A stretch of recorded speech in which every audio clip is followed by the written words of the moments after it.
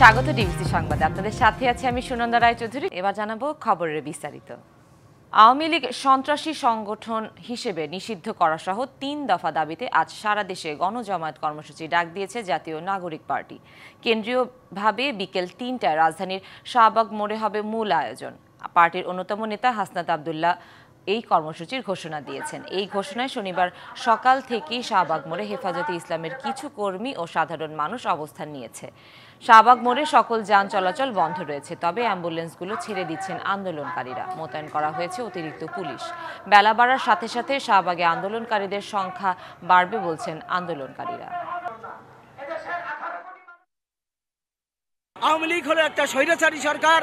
পৃথিবীর ইতিহাসে এরকম জঘন্য সরকার আর পাওয়া যাবে কিনা সন্দেহ আছে। আওয়ামী লীগের শাস্তিটা যদি ব্যাপকভাবে হয় তাহলে আশা করা যায় যে আগামী দিনগুলিতে যারা আসে তারা এই জাতীয় আওয়ামী স্টাইলের দুঃশাসন করবে না। যতটুক পর্যন্ত আমাদের দাবি না মেনে নিবে ততটুক পর্যন্ত আমরা শাহবাগের ময়দানে থাকবো। ইন্টারিয়াম আমাদের পরিপূর্ণ 3টা দাবি মেনে নেয়, তাহলে আমাদের লং মার্চের দিকে যাওয়ার কোনো প্রশ্নই আসছে না। আওয়ামী লীগ নিষিদ্ধ করার আগ পর্যন্ত আমরা ফিরে যাব না ইনশাআল্লাহ। এই বিষয়ে বিস্তারিত জানাতে শাহবাগ থেকে সরাসরি যুক্ত হচ্ছেন সহকর্মী মোহাইমিনুল খান অপু। অপু, আপনি তো সকাল থেকে শাহবাগের ব্লকেট কর্মসূচির অবস্থা জানাচ্ছিলেন। লোক সমাগম কেমন দেখছেন, সব বিষয়ে বিস্তারিত জানাবেন।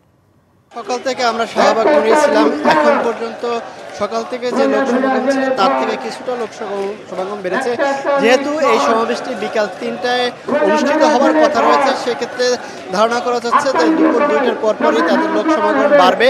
এবং এখন পর্যন্ত কিন্তু সকাল থেকে টানা দুপুর 1টা পর্যন্ত বিভিন্ন দলের যে কর্মী রয়েছে তারা কিন্তু নানা স্লোগানে মুখরিত করে রয়েছে শাহবাগের যে মোড়, সেই শাহবাগের মোড়টিতে। তবে এই সমাবেশকে কেন্দ্র করে কিন্তু ব্লকের যে কর্মসূচি চলছিল গতকালকে বিকাল 5টা থেকে, সেই এখন পর্যন্ত কিন্তু শাহবাগের সবগুলো সড়কে যান চলাচল বন্ধ রয়েছে। তবে যে সকল অ্যাম্বুলেন্সগুলো রয়েছে সেগুলোতে কিন্তু ছেড়ে দেওয়া হচ্ছে। আমরা এখানে যারা এসেছিলেন বিভিন্ন প্রান্ত থেকে নেতাকর্মীরা, তাদের সাথে কথা বলেছি। তারা যে জন্য বলছে, জোরালো দাবি দিয়ে বলছে যে এই যেহেতু স্বৈরাচার এই সরকারকে যদি তারা তাদের বিচারের আওতায় না আনতে পারে, পরবর্তীতে যে সরকার আসবে তারাও একই রকম দেশ শাসন করতে পারে, সেজন্যই তারা এই সরকারের বিচার দাবি করছেন। এখানে আমাদের সাথে আমরা অনেকের সাথে কথা বলেছি, আমরা আরও কয়েকজনের সাথে কথা বলার চেষ্টা করব। জানতে চাইব যে আপনি কোথা থেকে এসেছেন এবং আপনাদের সর্বশেষ কি দাবি দেওয়াগুলো রয়েছে এবং মার্চ ফর ঢাকা এরকমের ঘোষণার কথা শুনছি, যদি বিস্তারিতভাবে বলেন। জি, ধন্যবাদ আপনাকে। আপনি জানেন যে জুলাই আন্দোলনে আমরা স্কুল ভার্সিটি ছাত্রদের পাশাপাশি কওমি মাদ্রাসার সন্তানরা এবং সর্বঘরানার মুসলিম তাওহীদি জনতা তাদের সাথে ঐক্যতা পোষণ করে রাজপথে নেমে এসেছিলাম। আমরা আজকে ইতিমধ্যে ঘোষণা দিয়েছেন ইসলামী আন্দোলন বাংলাদেশের নেতা, ইসলামী আন্দোলন বাংলাদেশের পক্ষ থেকে ঘোষণা দেওয়া হয়েছে আজকে বাদ জোহর জাতীয় মসজিদ বাইতুল মোকাররমের উত্তর গেট থেকে ইসলামী আন্দোলন বাংলাদেশের ব্যানারে মুফতি সৈয়দ মোহাম্মদ ফয়জুল করিমের নেতৃত্বে বিশাল এক গণমিছিল নিয়ে মাস্টার শাহবাগের দিকে আসবেন তারা। আজকে আমাদের দাবি দেওয়া হচ্ছে, আমরা জুলাই বিপ্লব এবং আমাদের যে 17 বছর আমরা যে আন্দোলন করেছি, আওয়ামী লীগের বিরুদ্ধে আন্দোলন করেছি, আমাদের প্রাপ্য অধিকার পাইনি আমরা কখনো। আমরা সর্বস্তরে সর্ব জায়গায় বৈষম্যর শিকার হয়েছি। আপনাকে আমাদের সাথে যুক্ত হওয়ার জন্য। তারা যেমনটি বলছিলেন যে এই আওয়ামী লীগের বিচার সংগঠনকে নিষিদ্ধ করার পাশাপাশি জুলাইয়ের যে ঘোষণাপত্র সেটিও দাবি করেছেন এবং বিকাল 3টার পরে এই এনসিপি সহ অন্যান্য রাজনৈতিক দলের নেতাকর্মী যারা রয়েছেন তারা এখানে আসবেন এবং তারা তাদের পরবর্তী দিক নির্দেশনামূলক বক্তব্য দেবেন। তার শোনার অপেক্ষায় কিন্তু সকাল থেকে এই সকল নেতাকর্মীরা শাহবাগ মোড়ে অবস্থান নিয়ে আওয়ামী লীগ বিরোধী নানা ধরনের স্লোগান তারা কিন্তু দিয়ে যাচ্ছেন। ধন্যবাদ আপনাকে।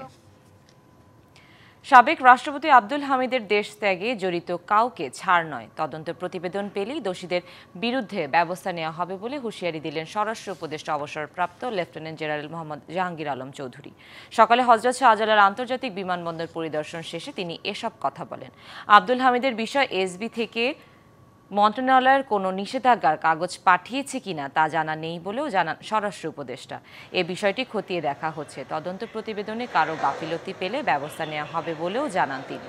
শেখ হাসিনাকে ফিরিয়ে আনার বিষয়ে বলেন, আবেদনের প্রেক্ষিতে ইন্টারপোল কাজ করছে। এ সময় জনভোগান্তি এড়াতে রাস্তা অবরোধ না করার জন্য আন্দোলনকারীদের আহ্বান জানান স্বরাষ্ট্র উপদেষ্টা।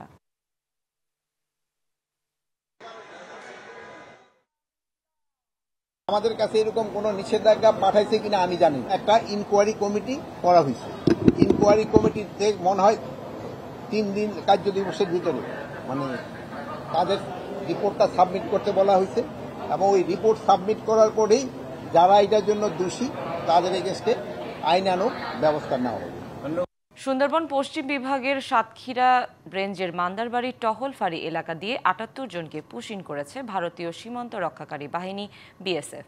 পুশিন করা সবাইকে ভারতের গুজরাট থেকে ধরে আনা হয়েছে। বিএসএফ এর পুশিনের বিষয়টি নিশ্চিত করেছে সুন্দরবন সাতক্ষীরা রেঞ্জের সহকারী বন সংরক্ষক মশিউর রহমান। তিনি জানান, মান্দারবাড়িয়া টহল ফাঁড়িটি সুন্দরবন সাতক্ষীরা রেঞ্জ থেকে ৯৬ কিলোমিটার গহীন জঙ্গলের ভেতর অবস্থিত।